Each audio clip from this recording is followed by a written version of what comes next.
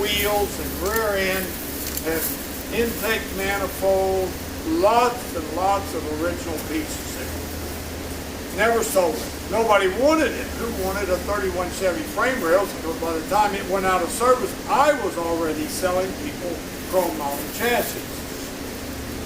But the car, in the period from 56 when it was built to 62 when it came out of service, went through 12 different looks or configurations, if you want. This is the way it looked the first time it went to the drags, and here's the actual pictures of it at Brooksville in 1956, where it went 128 miles an hour in 10.5 seconds.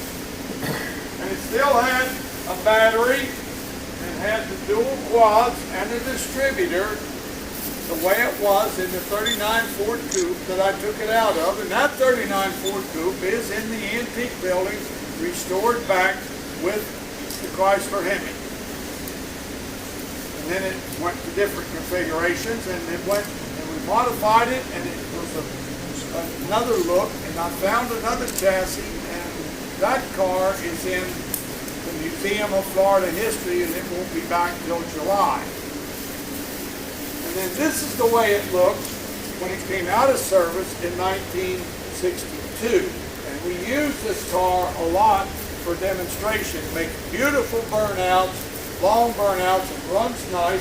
All of this stuff is all original. This is the first injector that Enderley ever built. In fact, he made this scoop himself personally by hand because he wanted me to run the injector the next day at Bakersfield at the U.S. Fuel and Gas Championship. And the casting, the mold, something happened. He didn't get the scoop, so he just fabricated me an aluminum scoop himself. And it's all signed off by him, and it never got out of my possession.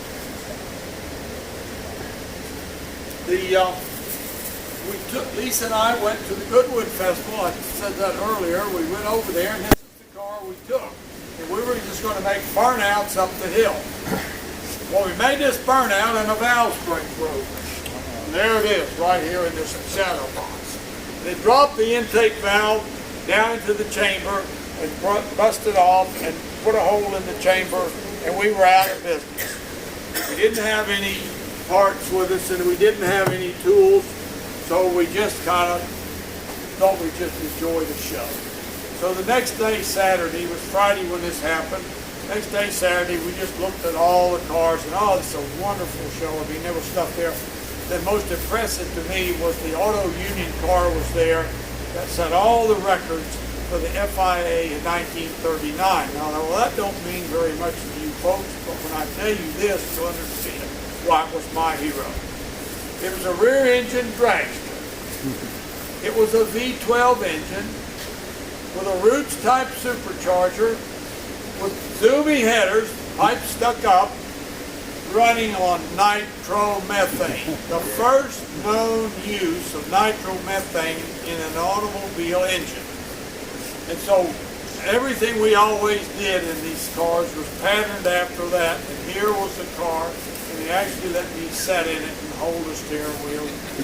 You know, just mesmerizing.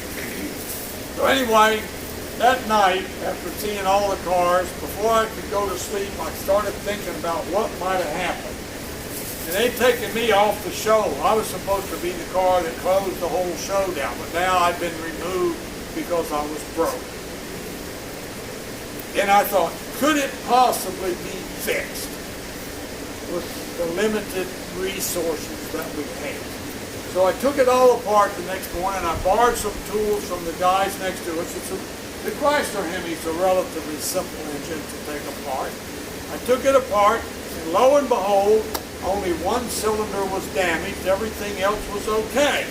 Took all the little ravelings out of it that were in there, and I took a Sprite can and I cut a little square, and I glued it to the intake port with some fixative, and I put the manifold back on it, and that blocked off that cylinder, and I pulled the push rods